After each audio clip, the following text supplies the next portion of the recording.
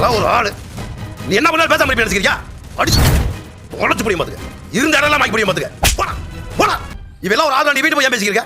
பா நான் பேசுனது நிக்கலப்பா. அவன் தான் தேவையில்லாம வழி மறிச்சு கலாட்டா பண்ணான். இவன் திமிரு ஏறி போயிச்சியா? ஏதாவது உன்கிட்ட பேசினா என்கிட்ட சொல்லு.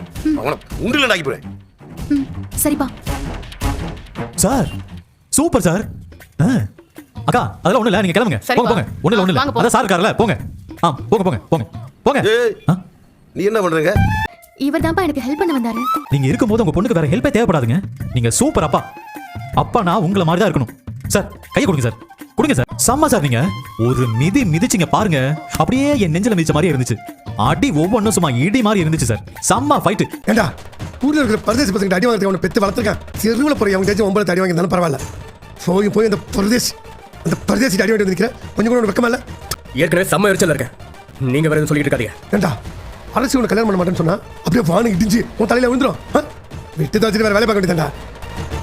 சும்மா அவங்ககிட்ட போய் சண்டை வளர்த்து வந்து பரதேசி அடி வாங்கிட்டு நிற்கிறேன். ஏண்டா ஊர் உலகத்தில் அரசு விட்டு ஒரு பொண்ணே கிடைக்காதா? இல்லை வேற பொண்ணு தான் இல்லையா? ஊர் உலகத்தில் எக்கச்சக்க பொண்ணெல்லாம் இருக்க தான் செய்யுது. ஆனா என்ன கல்யாணம் பண்ணிக்கிறதா எந்த பொண்ணுமே ரெடியா இல்லையே. உனக்கு ஒரு நல்ல பொண்ணா பார்த்து நான் கல்யாணம் பண்ணிக்கிறேன். போதுமா? இதே ஏதாவது வருஷ கணக்கா சொல்லிட்டு இருக்கீங்க நீங்களும் உங்க அண்ணனும். ஆனா எதுவும் நடக்கலையே. பாரு, நம்பிக்கை மட்டும் எப்பவுமே தளர விடக்கூடாது. மனசை விட்டு போய் இது மேல உலகிட்டு இருக்காது. உனக்கு நல்ல பொண்ணா பார்த்து கல்யாணம் பண்ணி வைக்க வேண்டியது என் பொறுப்பு. போதுமா? நேரடியா எனக்கு நீங்க 60ஆம் கல்யாணம் தான் பண்ணி வைப்பீங்க. அது கூட நடக்குமா இல்லையான்னு தெரியல. எனக்கு தெருவில் இருக்கவே அவமானமா இருக்குப்பா. எல்லாருமே என்ன பத்தியே பேசுற மாதிரி இருக்கு. அவன் செத்துலாமா இருக்கு. என்ன பேச்சு பேசுறீங்க நீ? என்ன லூசு பேரா நீ? இது ஒரு சாதாரண சின்ன விஷயம். இதுக்கு போய் செத்து போறேன். நான் அவமானப்பட்டு அசிங்கப்பட்டு நிக்கிறது உங்களுக்கு சின்ன விஷயமா இருக்குல்ல? டேய் குமார், போங்கப்பா. ஏதாவது ஆறுதலா பேசுறீங்கன்னா நான் உங்களை பார்க்க வந்தேன். நீங்களும் பெந்த புள்ள வரல விட்டு நோண்டாதீங்க. அண்ணா பட்டி பணம் வாங்க வரதா சொன்னீங்க. ஆமா, ஏன் ஏற்பாடு பண்ண முடியல? தவணை சொல்லலான்னு ஃபோன் பண்ணியா? இல்லண்ணா ஏற்பாடுலாம் பண்ணிட்டேன். நீங்க எப்போ வரீங்கன்னு கேட்க தான் கால் பண்ணேன். அங்கதான் வந்துட்டு இருக்கேன். வை 10 நிமிஷம் அங்க இருப்பேன். சரிண்ணா. சரியா இருக்கு. அசலே பத்திரத்தை வித்தியாசம். அண்ணா இன்னும் 2 மாசத்துல கொடுத்துறேன். சரி 2 மாசம் டைம் எடுத்துக்காது. சரிங்க வரேன். ஆமா மனோகர் சார். ஆமா நீங்க கேள்விப்பட்டதுல உண்மைதான். ஆனா தங்கமயில அவங்களால அனுப்பல. என் மக தான் மாப்பிள்ளை கூட வாழ மாட்டேன்னு அங்க இருந்து வந்துட்டா. அப்படியா? மாப்பிளைக்கு வேற யாரோ ஒரு பொண்ணு கூட தொடர்பு இருக்கு. அது தெரிஞ்ச பிறகும் எப்படி கூட வாழ முடியும்?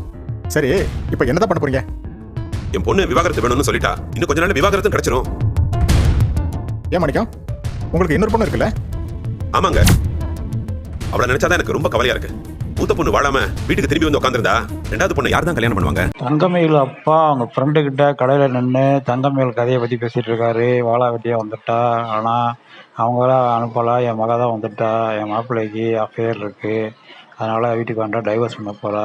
இருந்தாலும் என் சின்ன பொண்ணை நினச்சி தான் கவலையாக இருக்குது. நூற்றில் ஒன்று வாழா வெட்டியாக இருந்தால் சின்ன பொண்ணை யார் கட்டுவாங்க அப்படின்னு தங்கமயில் அப்பா அவங்க ஃப்ரெண்டும் பேசுகிறத இந்த சக்திவேலு வட்டி வாங்க போகிற இடத்துல நின்று ஒட்டு கேட்குறான். ஒட்டு கேட்டுட்டு ஒரு பிளான் பண்ணுறான்.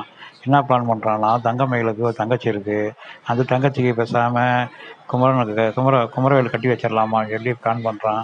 அப்படி நடந்துச்சுன்னா கண்டிப்பாக இன்னும் பெரிய குழப்பம்தான் வரப்போகுது. இருந்தாலும் பரவாயில்ல, பாண்டியனையும் பல வாங்கின மாதிரி இருக்கும், மகனுக்கும் கல்யாணம் பண்ணி வச்ச மாதிரி இருக்கும்ன்ட்டு சக்திவேல் பிளான் பண்ணி அந்த பாக்கியத்தோட பேராசையை பயன்படுத்தி அவங்க சின்ன மகளை குமரவேலு கட்டுறதுக்கு பிளான் பண்ண போகிறான் அந்த சக்திவேலு.